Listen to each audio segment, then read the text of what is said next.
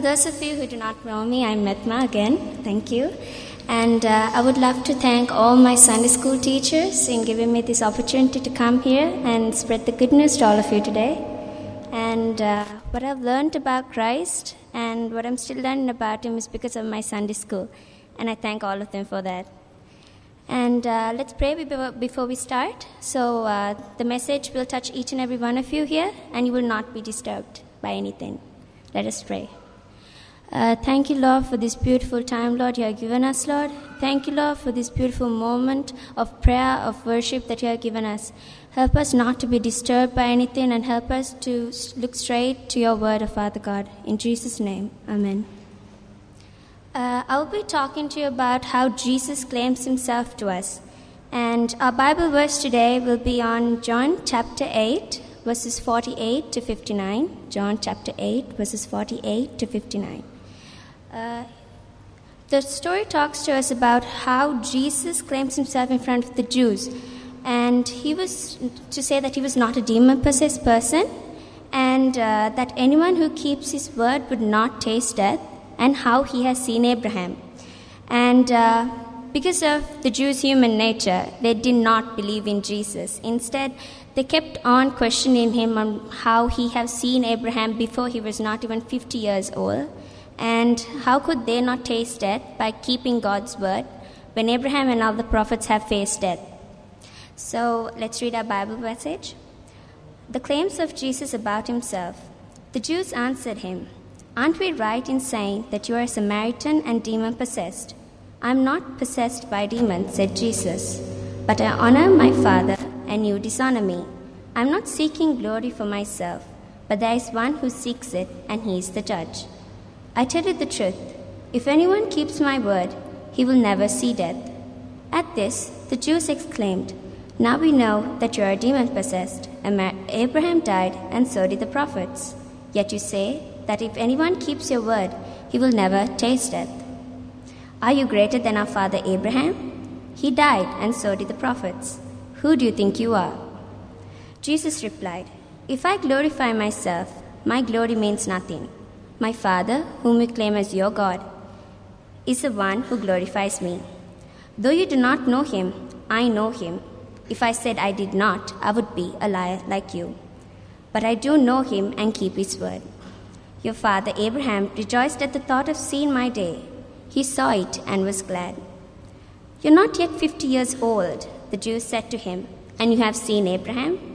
"I tell you the truth," Jesus answered, "before Abraham was born, I am." At this, they picked up stones to stone him, but Jesus hid himself, slipping away from the temple grounds. So in our Bible verse today, when we go through it, we find that Jesus overcomes his accusations and problems through the relationship he had with God, and through the promise of God, and through his patience. And when we put our first thought on verses 48 to 49, it talks about how Jesus was accused by the Jews on how he could be the Savior. Like Jesus, we will be accused and questioned when we follow Jesus in our life. And some things we do might not be acceptable in the sight of man. When we face trials and tribulations, in school, maybe in our family, in our place we work, we need to stand firm in faith and walk the talk that Jesus has spoke to us. And no matter how we may be questioned in life, we always need to remember that Christ comes first, no matter what. When we do things that is correct in the sight of God, we may be not acceptable by people. It doesn't matter, because God is with us wherever we go. And when we go through verses 50, Jesus states that in everything he did it for the sake of for the glory of God, and not for his own sake. What do? Do we do things for our own, for us to be popular, or for God to be popular? Most of us will be I don't know, we might do it sometimes, but we might be highly accepted by our friends, family, even our parents, but in what we say and what we do. But we need to remember that we are in that position, we are in that place because of God's grace. And You might be a great company owner, you might be an employee who has worked so many years for your company, but have I pleased God in everything I did? Did you all ask that question to yourselves?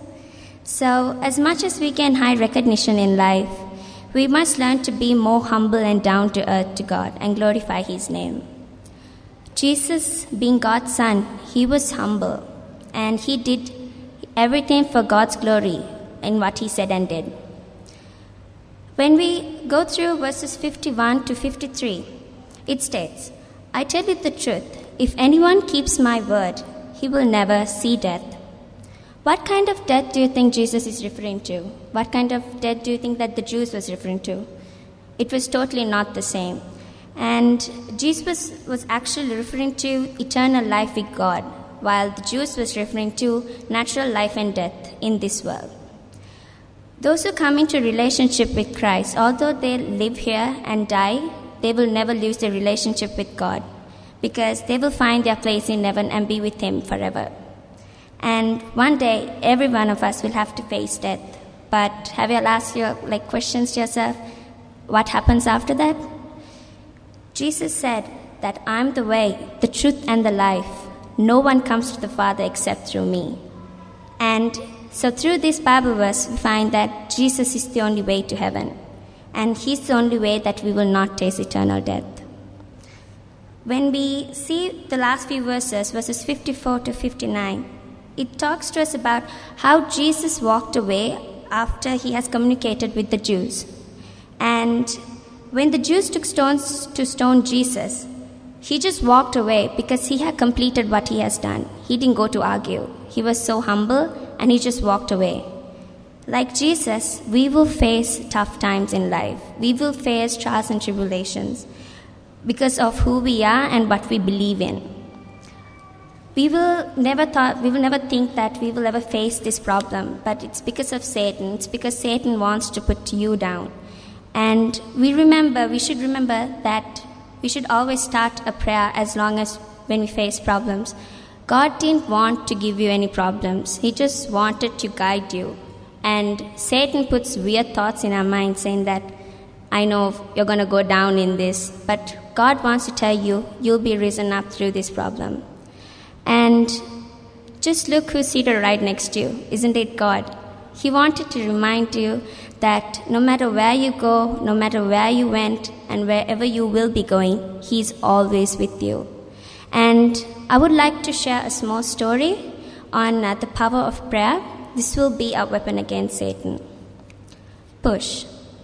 A man was sleeping at night in his cabin when suddenly his room was filled with light. And God appeared. The Lord told the man he had work to do. He showed a large rock in the front of his cabin. The Lord explained to the man that he has to push against the rock with all his might. So this is what the man did day after day. So many years he toiled sun up to sundown, pushing with all his force against the massive unmoving rock. And each night the man returned, sown and worn out, to the cabin, feeling that his whole day was spent in vain. Since the man was showing discouragement, Satan decided to enter the picture by placing weary thoughts into the man. And he said, "You have been pushing against that rock for a long time. Just give it your time." And he gave the impression that the man that the task was impossible and that he was a failure. These thoughts discouraged and disheartened the man. Satan said, "Why kill yourself over this? Just put in your time. Just give in the minimum effort. That will be good enough." The thoughts hit the weary man like a lot, and he anyway decided to pray about it to God. He said, "Lord, I have labored long and hard in your service, put in all my strength to do whatever you have said. Yet after all this time, I have not budged that rock by 0.5 millimeter. What is wrong? Why am I failing?" The Lord responded compassionately, "My friend, when I asked you to serve me, you accepted.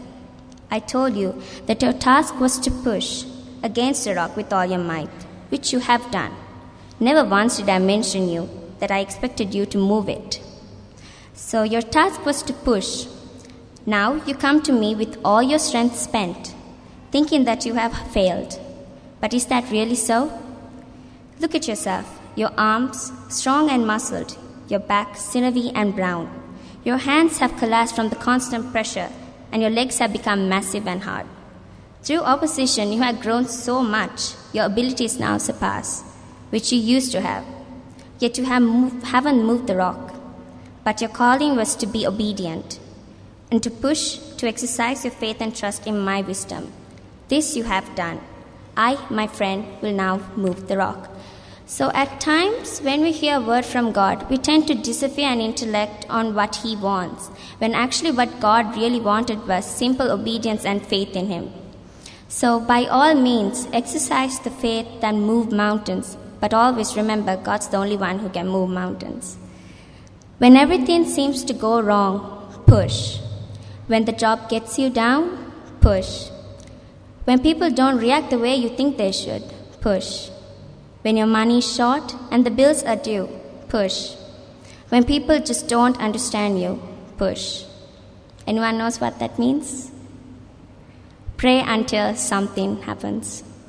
So start praying to God and ask Him the confidence and wisdom or even the coordination you need to pray to God and have a stronger relationship with Him. Satan will just try his best to put you down, and he will give you weird thoughts and really discouraging thoughts into your mind. But never give up. He will just rub it in your face saying, I told you can't do it. But remember that God never said that just because you didn't pray to Him, just because you missed one day, He'd never stop loving you, right? He still loves you no matter what. And He wants to tell you that He's always with you, and He wants to talk with you whenever you're free. And let's pray for the word He has given us today so that each and every one of us here will use it in our practical life. Thank you, Lord, for this beautiful word you have given us, Lord. Thank you, Lord, for each and every one of us here who is listening to the word. Please, God, help us to understand what you're trying to tell us through each and every day through our Bible. Help us to come and talk to you. Help us to have devotions with you and be more and more closer to you.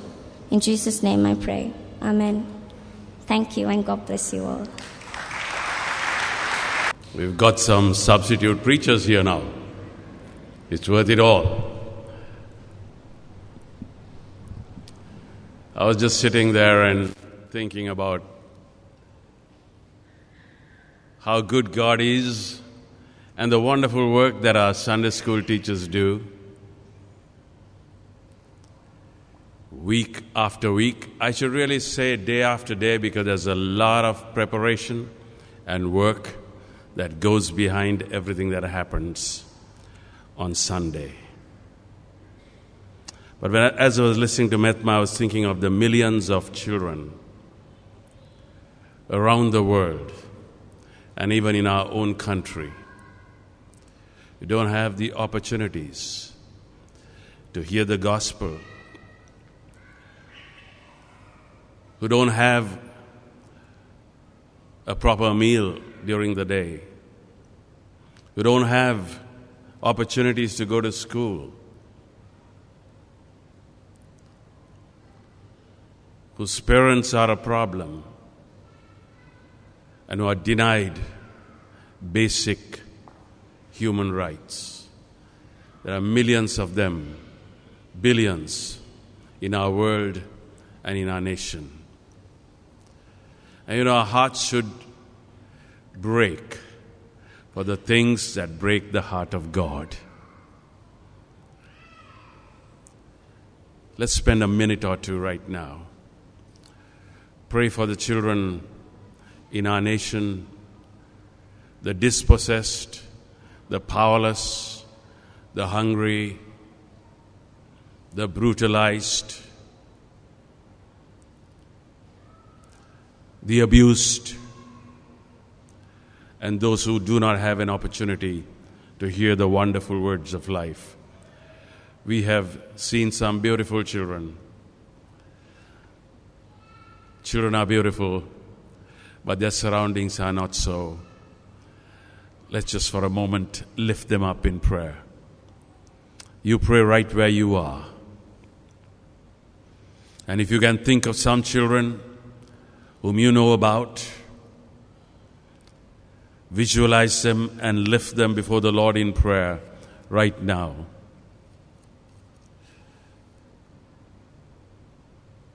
Jesus said, "Suffer the little children to come to me, for of such is the kingdom of heaven." Lord, we come to you with joyful hearts and at the same time